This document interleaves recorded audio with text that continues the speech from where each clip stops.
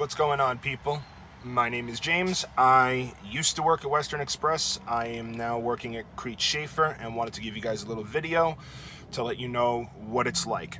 So first, disclaimer, I'm not driving right now. I'm in the back bunk. I'm off duty, and I figured I would give you guys some lowdown while I'm in between running. Don't do that. Don't secure your phone to anything with a hands-free headset. It's still distracted driving. You're going to get busted for it. People have before. So don't make videos while you're driving.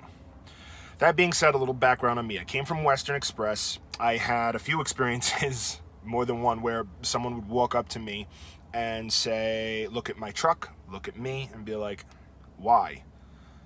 I'm like, what do you mean why? Why are you working for Western? There's no money there. And it didn't take me long to realize how right they were. So one of the reasons that I left Western was because in 6 months of driving, I had 23 breakdowns. And when you break down, you have to use their app, and it takes them hours to get back to you before anything even starts with fixing the breakdown or the issue. The miles, my best week there was 2,600 miles. That was 1 week. Aside from that, I never touched 2,000 miles again. There would very many times be the case where I was trying to break 1,000 miles. When I told them I had to leave, they asked me why and what they could do to make me stay. I said, listen, I just spent the last 3 weeks running, and when you add it up, I don't equal $1,000. My rent dictates that I leave here. And the treatment of the drivers. It would not be uncommon to call them and spend over a half hour trying to get through to somebody. It was not rare to spend 45 minutes on the phone trying to, then getting through to someone, then getting transferred, be on the phone. My longest run there was an hour and 45 minutes on the phone. I would be so much more productive if I was driving, don't you think? And even when I was driving, an hour on the phone sucks because you can drop the call and have to start over again. So I left. Then I came to Crete Shaffer. Why? Because I Googled top 20 truck driving jobs in the country based on driver satisfaction. I wanted to go to a place where drivers were happy. So this place was actually pretty high up on the list, and they called me back, and I went through some of their hoops to get started. From the jump, the recruiter really didn't lie to me. There were no curveballs, no surprises. And so I've made a little list so that I try not to forget anything of the things I want to talk about. So for starters, orientation. I believe you get something around $80 a day for 3 to 4 days of orientation, depending. You go there and I went to the New Kingston terminal in Pennsylvania. Very nice terminal. They just had it redone. It's legit. It's very nice looking, very official. As a driver, I look for red flags. So if I see a mobile home that is their terminal, that's immediately like, that's the best you can do, okay. I'm not a snob, but already that's one thing. Metal detectors at the door, that's another thing. I've been to places that have both. And when you have that means that you got some disgruntled people, or you're not doing enough to keep yourselves up and running. So I don't know. Those are red flags to me right away. This had none of that. I went in. It's a nice building, nice people, big, clean, and they rent you a car to get to the terminal, and they put you up in a hotel, the rooms, by yourself. They don't split you up with anyone else. You will get your own room. You might even have 2 beds. It is your room. Food. The hotel, now this is specific to Pennsylvania. I believe the other terminals do it like this, but I'm not 100% sure. So I'll just give you my experience out of Pennsylvania and know that it might vary a little. Breakfast is at the hotel. It's eggs, sausage, pancakes, cereal, yogurt, coffee. And then you go to the terminal for orientation. There will be a paper menu that you fill out. Do you want a salad or do you want a sandwich? And then which one do you want of what they provide? And they'll throw candy and nutrition bars and chips at you in between, bottles of water. They're never going to run out of food. You're going to get full there. You're not going to be hungry at the very least. Then when you're done at the end of the day for orientation, they throw you, I think it's a $10 voucher for a nearby diner. And by nearby, I mean I walk out the back exit of the hotel, walk 25 steps, and I'm at the diner. Good food, had a different meal every night I was there, and they were all good. When you go into orientation, you will go blind on paperwork. There's a lot to fill out. There's a lot to look up. There's a lot of background. They're going to want to know every job you've had in the past 5 years, and if you weren't working, why, and validating everything. They really want to know who they're hiring when they hire you and what your history is. They are going to test you. They're going to give you a road test. They have automatics and manuals. You will work that out with the recruiter. Before you set foot in the door, they're going to know what type of truck you're going to require and what they're training you on, and then what you're going to work on when you go out. Like, they know because you worked that out right away, and it's in the system, and there's not many mistakes that are made on that front. So I went in, I tested automatic. I can drive manual, but I'm from the Bronx. I want to be able to, in high traffic areas, I don't want to be up and down shifting. When you go in, they're going to drug test you. They're going to find stuff if you've got stuff to hide. They're going to, the road test, by the way, is also going to determine whether or not, or at least participate in some of the reason why they may put an inward-facing camera in your vehicle.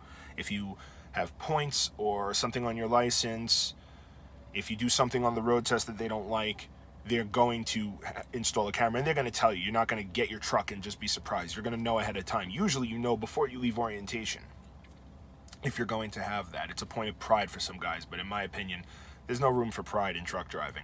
Be proud of the job you do and do a good job, but don't ever have so much pride that you can't learn something new, or be a little bit humbled that somebody's doing something better than you or riding harder than you. Like, you know, we're all out here running the same race. Try to be nice to each other.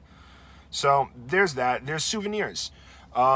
You can, when you go in, they give you like pens and stuff like that. I got this dope like coffee mug. It keeps my coffee super hot for hours, so I really do like that. But it's just like an ID card, and like, you know, like at your desk they have like a little badge with your name and everything about you on there. I mean, it really, you feel a little, dare I say, special as a truck driver. It's nice. So that covers orientation. It's 3 to 4 days. The sleep apnea testing, if you have to do it, if you're a little thick, if you've got a dad bod, if you got some curves, if you're a lady, and you're over 35% body fat, they're going to test you. It's a DOT thing. It's not personal. Don't take it personally. They put in writing and make you sign it. Just right off the bat. If you look like you're a little heavy, they're going to make sure that you don't have it, because DOT doesn't mess around with sleep apnea. Not only if you have it, will they give you a machine and charge you $900 for it, they will monitor that you're using it. Now, paying for it is $900, but it's in $50 increments out of checks, and they don't take it out of your orientation pay. They know you're making very, very little. So it starts, I believe it starts when you're out with your driver mentor, or when you start out on the road. Either one based on your experience. We'll get to that in a second. So they make you use it. They monitor that you're using it. They check up to see how you like it.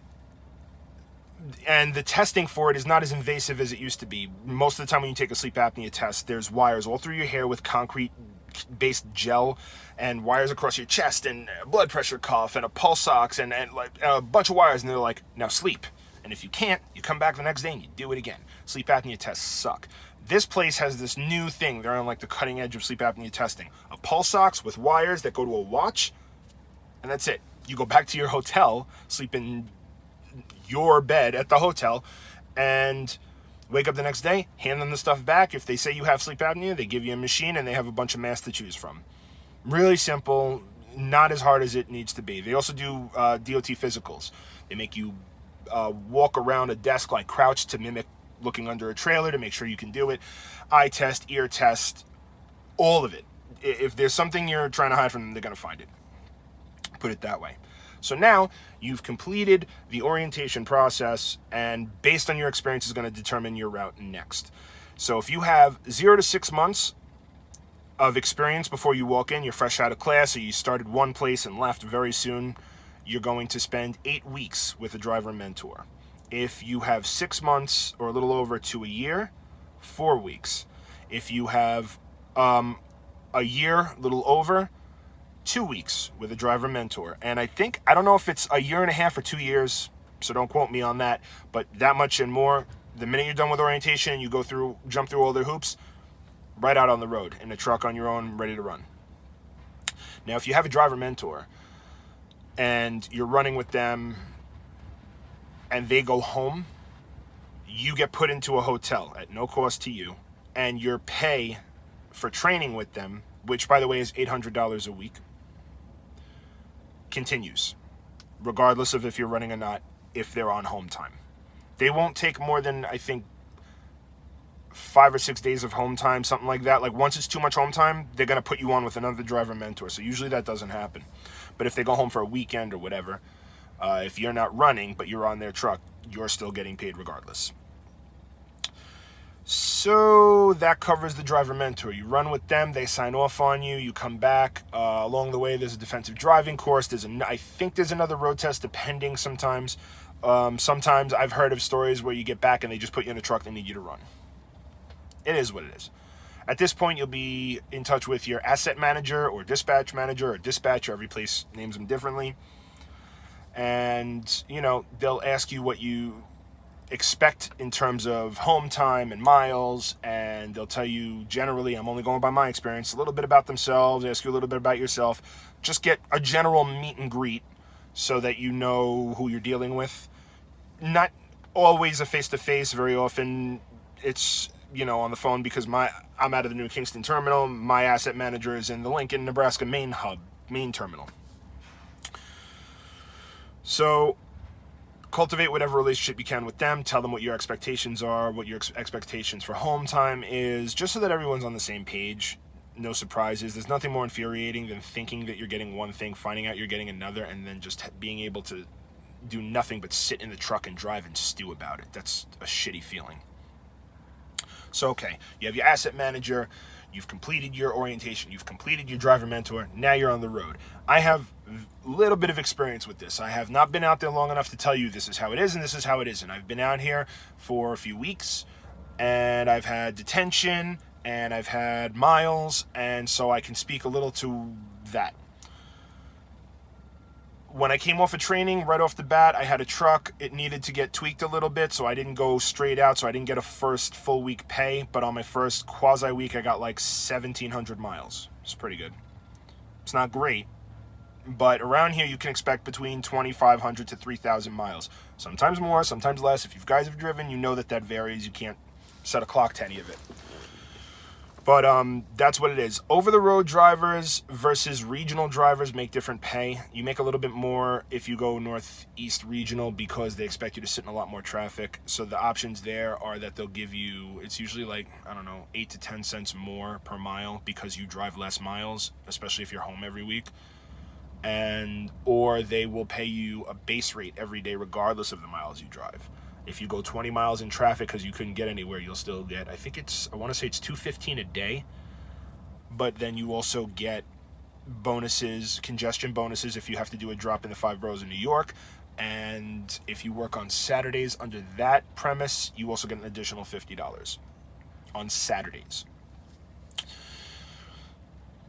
But I chose to go over-the-road driver. You make a little bit less in terms of per mile, but because I'm not going home every weekend, you're making more miles. So, this week alone, this past week, I made 2,900 plus miles, and that's including a full day of detention pay and one job that gave me 2 days to do a run that I could have done in one.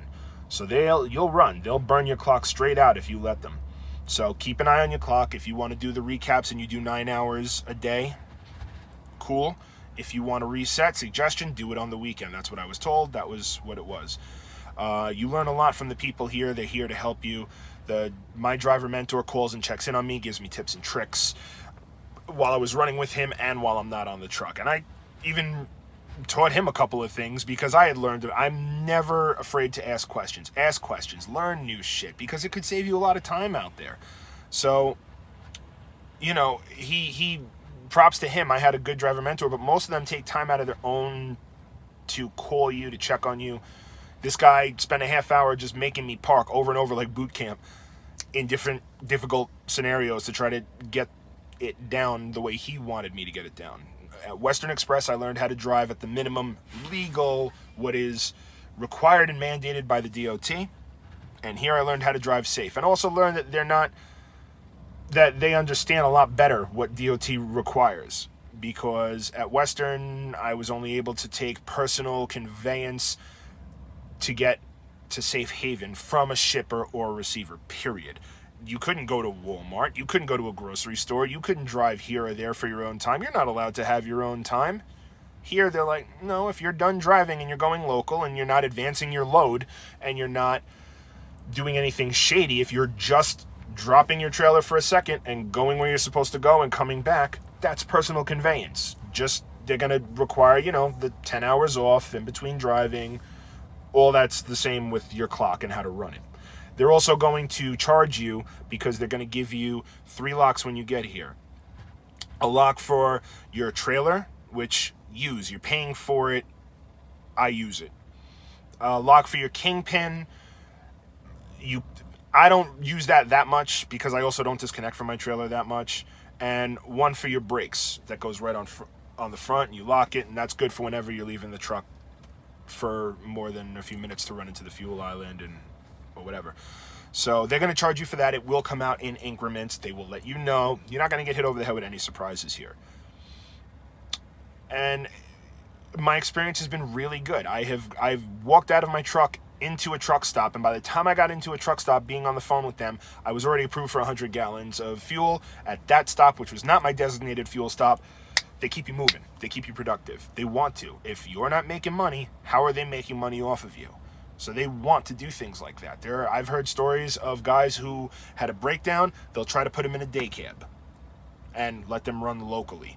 Or they'll put you in a rental car, send you somewhere to recover a truck, pay you for the miles in the rental car, and then from the truck coming home. There's money to be made here. And all the subliminal stuff, they pride themselves on how they treat their people. They have trailers. You might have seen them if you've been on the road already. The entire trailer says our most valuable resource sits with an arrow pointing right at the tractor, at the driver. They have their main store in Lincoln, Nebraska, and it's pretty fairly priced to the point where you see, all the drivers here have like Crete Shaffer swag because it's not hitting you over the head. It's quality stuff and it's comfortable, and they have all sizes. Some of them are only up to like 2, 3X, but a lot of their stuff goes up to 4, 5, 6X for some of our plus size gentlemen and ladies. But they also have cute stuff. Look at this. I got a little truck. So there is all of that, and it's a good place to work. You know what I mean? It's the kind of place where you want to know what you're getting into. They're straight with you. They're just a solid place. I feel as soon as I got here, the first thing I wanted to do, I told you guys about red flags. I started asking drivers, broke down drivers, ones who would be frustrated, what it's really like here. How is it? They're all happy. I have not heard a complaint. When you get here, they ask you if you're a new hire or rehire, because a lot of the guys that leave come back. They don't make you sign a contract that says when you leave, you have to pay X amount of dollars if you leave before a certain amount of time. Because they know once you're here, unless they don't want you, if you fail the road test, the drug test, you don't use your sleep apnea machine, if you don't work with them, they won't work with you. But aside from that, they know you're going to stay because it's that good here. So that's my judgment. When I spoke about Western, I said it might work for you, and it might. If you have a criminal record or whatever, go there. They hire people like that. It's a place to make money. They don't shit on criminals. They don't shit on people who've made mistakes. They get that. But if you use that place as a stepping stone company and you want to come somewhere else, come over here, go to anywhere else. There are better places. That's a bottom tier company. This is a top tier company. Be safe, because that's what they care about the most. They really pride themselves on safety and their records. And I've asked people at DOT truck stops, I've asked them at inspections, how does Crete Shaffer do? Really good reports. They do really good. Their safety and all that is well. And so that's where I'm going to leave you guys. So basically, I'm sorry, I had somebody walking up the side of my truck. I didn't know if that was from me or not. Basically, if you want to use me as a referral, if this was helpful to you, if you come over, welcome aboard. You can use my driver code is KREJAM, James Kreisel, Krejam, KREJAM. But really, just tell me if you guys like this, if it was helpful. I tried to answer any questions. If you leave some comments and I can answer some more for you, I will. And I'll see you out there. Most important thing, be safe. Bye, guys.